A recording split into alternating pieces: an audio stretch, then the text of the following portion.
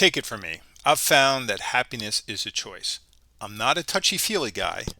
I don't stick to a script, and I certainly don't use an AI voice like you hear in a lot of videos. But hang on with me, and I'll give you my logic and what I've learned through life. So, in the mid to late 1990s, I went to a Jimmy Buffett concert with friends of mine, a married couple and a single guy named Jimmy. Not Jimmy Buffett, obviously. It was a beautiful evening, and we started to listen to Jimmy Buffett and the Coral Reefers on a Long Island, Southampton college lawn. And if you think about it, it wasn't your typical concert. He was on stage, and there was this huge lawn without chairs. So everyone had their blankets and lawn chairs, and it was just a great environment to listen to Jimmy Buffett and the Coral Reefers. It was perfect. And the weather wasn't too hot. It was nice and warm. It was perfect. Unfortunately, my friend's wife got a migraine. She took a couple of Advil and sat down in the lawn blanket. While the coral reefers were somewhat soothing and fun, her husband was still stressing over her. I could understand that.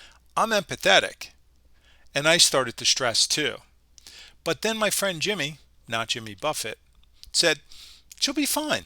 Enjoy the music. You're getting worked up too, and it's not going to help her, and you're just going to miss out on the concert." So this reminded me and reminds me of Jimmy Buffett lyrics. So what we did was we let the Advil kick in. Jimmy and I started to enjoy the concert, and I'd say about 15% of the way into the concert, that Advil did kick in, and his wife was up and singing and dancing and jumping like the rest of us, and the headache was mostly gone. Unfortunately, it took her husband a little bit longer to come back and enjoy the party and the fun than it did her. So there's a lesson in there. Let me put it to you another way. You ever notice how everyone is just chasing something? A better job, a bigger house, the next iPhone. We keep chasing and chasing and chasing, like life is just one big treadmill we can't get off of. And here's the wild part. Half the time, we don't even know why we're chasing it or what we're chasing anymore. So let me ask you something. When was the last time you were just happy? Like, really happy.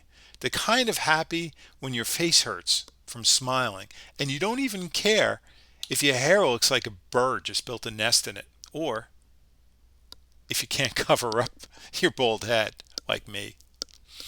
Most of us think happiness is waiting for us at the finish line.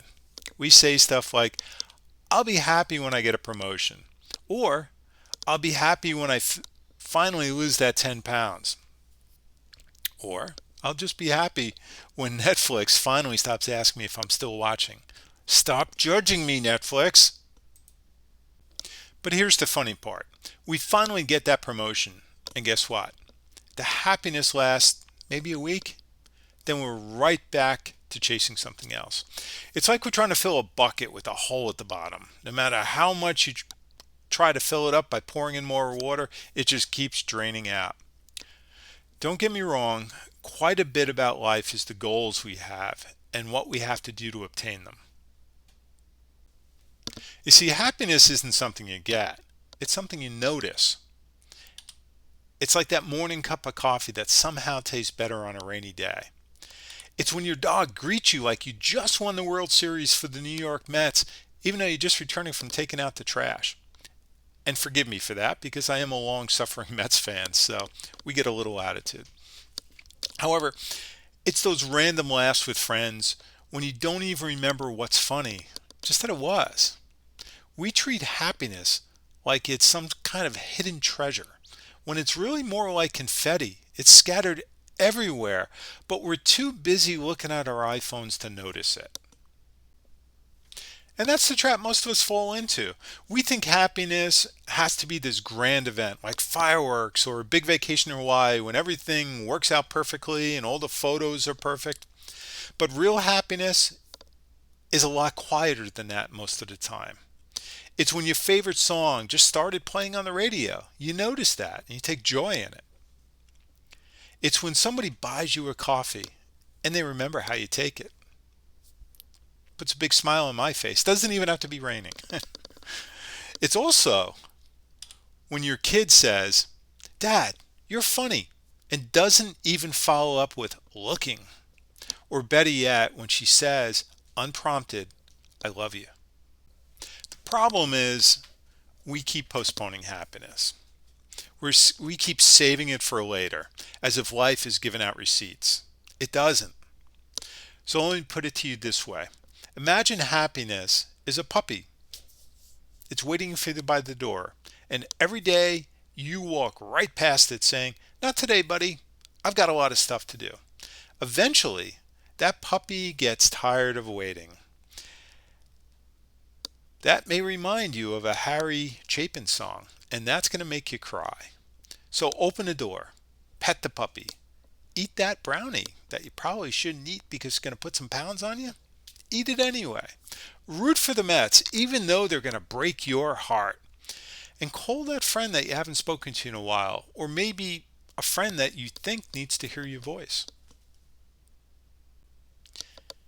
And if you're sitting there thinking, "Yeah, Milo, that's easy for you to say," trust me, I get it. Life is messy.